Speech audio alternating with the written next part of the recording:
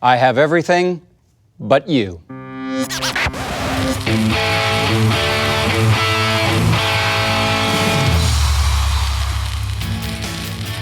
Today in the Crossfade, I'm joined by Grammy Award-winning writer, music historian, and York University professor Rob Bowman, music publicist and social media personality Eric Alper, SiriusXM radio host Drew Kahn, and noted music historian, writer, and TV producer Doug Thompson.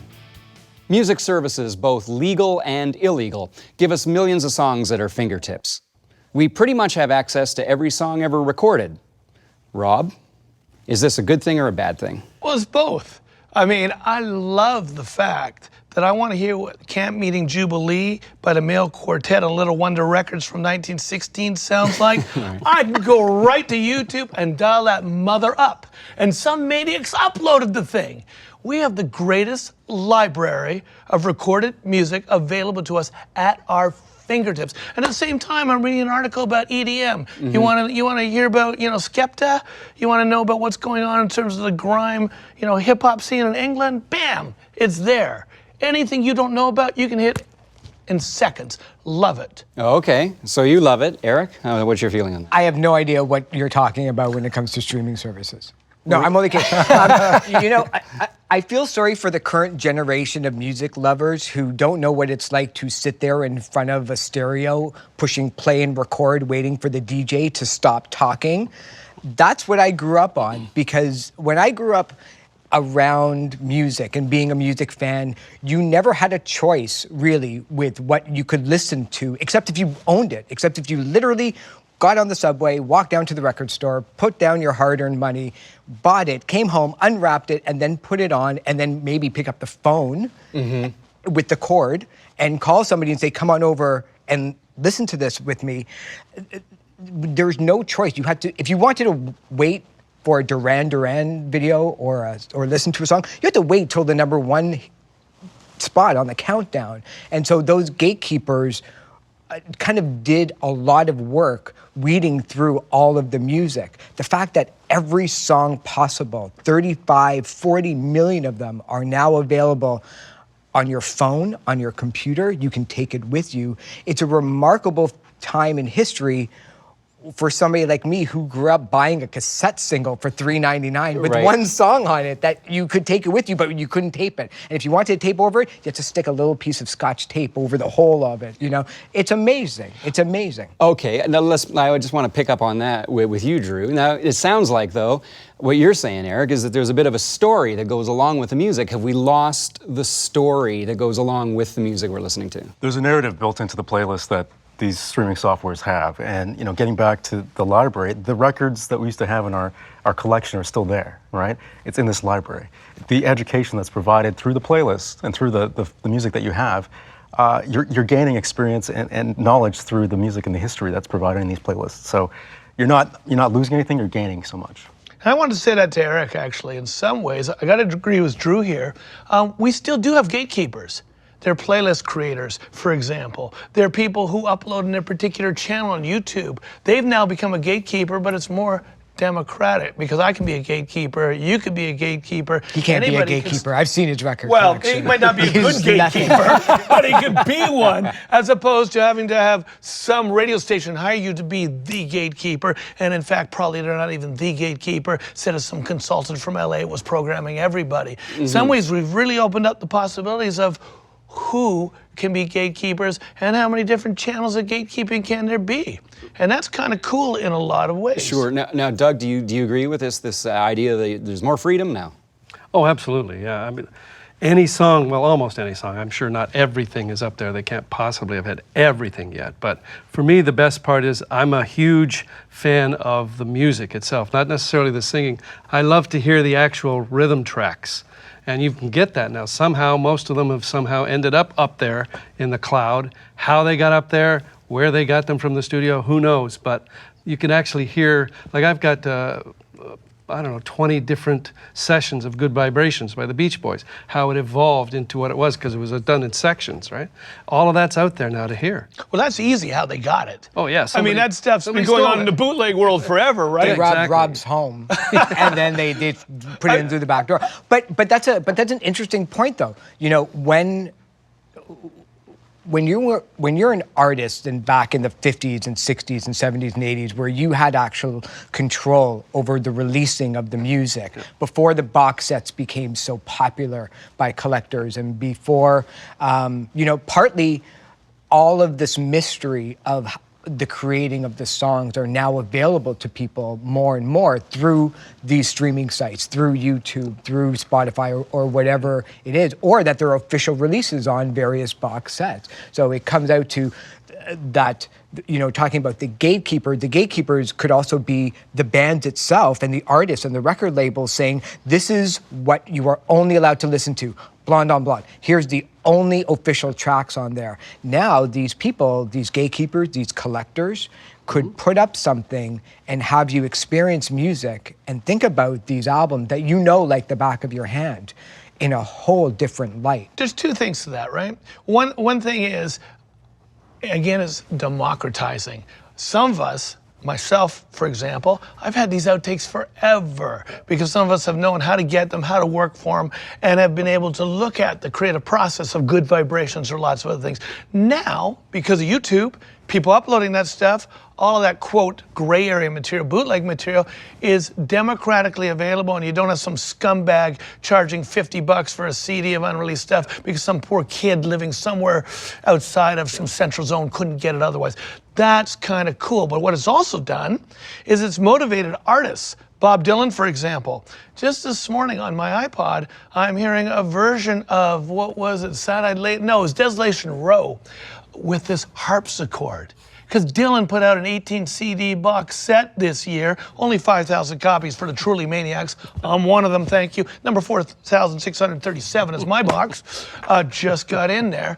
There's a 6 CD version for the more casual fan, 2 CD for the wimp. But what I'm getting at here is, why would Bob do this? Why would Bob put out 18 discs of everything he cut in the studio, every scrap from 65 and 66? Because of Victoria's Secret? 3 albums. Not Commercial because of didn't pay him Victoria's so well. Secret, but because bootleggers already got access to a lot of that stuff. And it's his way, in some ways, of doing it the way it should be done. And this is great now. It's like having sketches of Beethoven's masterpieces. We can analyze decisions they made. This is incredible what it's opened up. Okay. But is there a risk here of the artist making less money, Drew, in all of this?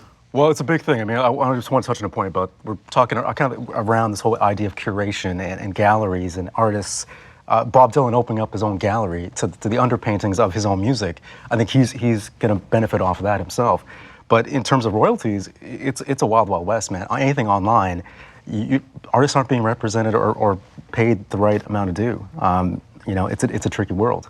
But does that mean the sharing and the knowledge and the idea of those bands and what they provided to the musical landscape, is that going to be lost? No, because it's going to live on through sharing. But then you've got somebody that sells millions of downloads and ends up with a check for like $7,000 for all of that. Yeah. There's a lot of unfair. artists who I know that were making, getting royalty checks for in the hundreds of thousands of dollars a year that are now getting $12,000 to $15,000 for, some of the massive hits. But, going back to what Drew was saying, I mean, that's where the music industry is right now, where it's trying to figure out how the artist can make money, battling against streaming services like YouTube. However, no record label or artist would dare to not put YouTube in their marketing plan. I mean, they're battling against sometimes the most important aspect of promotion that has ever landed in their laps, but yet they're trying to figure out how to actually monetize it. Because I think it's true. I think in 5 or 6 or 7 years, if nothing changes, you're going to see probably a lot of artists who would go on to be great never have that opportunity because they got to go and get a real job after they reach the age of 22. There's a couple of parallels here. You talked about the Wild Wild West. When radio first came about, 1921 radio stations licensed. 1922 is when it took off like a rocket.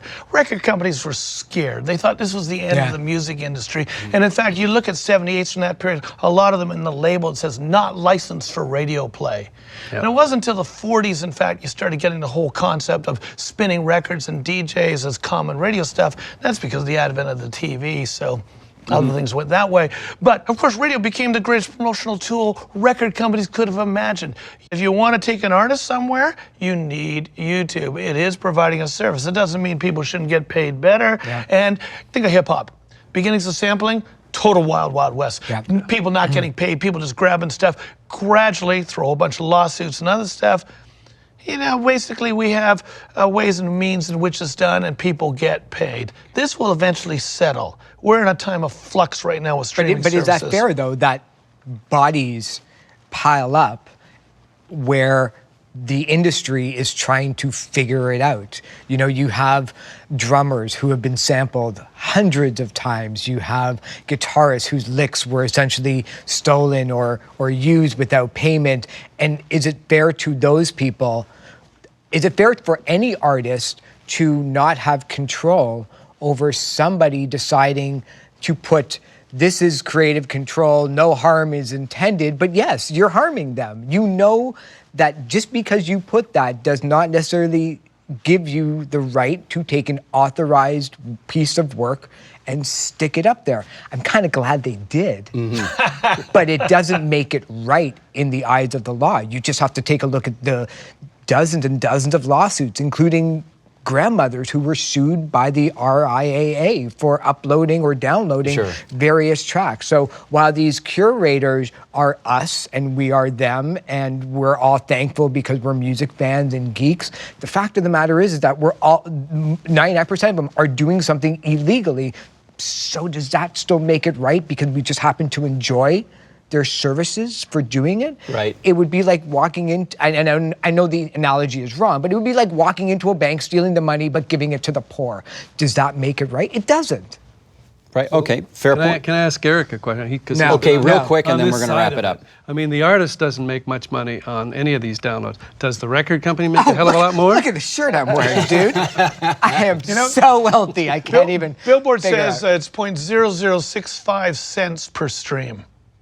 That is the average payment. And of course, it's an average because you're looking at a bunch of different services. For every million streams, it's $6,000 on a Spotify or YouTube.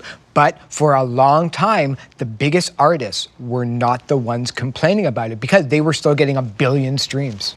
Earlier I started talking about how great it was, but I also said there's two sides to this. The downside, Eric partially got to it. The effort and sacrifice you went when you bought a record, you spent money, but you had a limited number of things. So the part that Eric didn't bring up, that I want to bring up here is, it meant you spent time with it. Every record I bought, I heard over and over and over. I got to learn and know those things in a way that I formed an emotional attachment and a deep-seated knowledge of.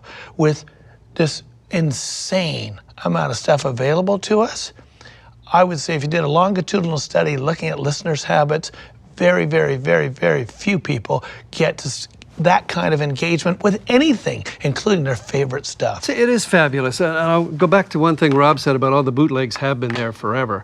But without those bootlegs, would we have ever had that massive Bob Dylan box set? Or would we have ever had Beatles Anthology 1, 2, or 3? No, we would not have. Drew? It's a great thing. The exposure to new music that it provides, speaking to what Rob said about following that artist and following everything that they've done, you have the ability to do that, but you can also do that with so many other artists.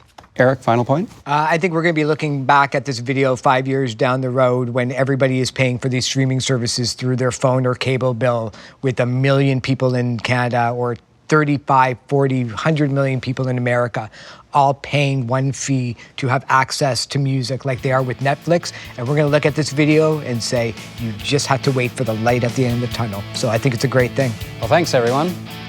That's it. Questions, comments, ideas? Get in touch with us, and we'll see you next time in the Crossfade.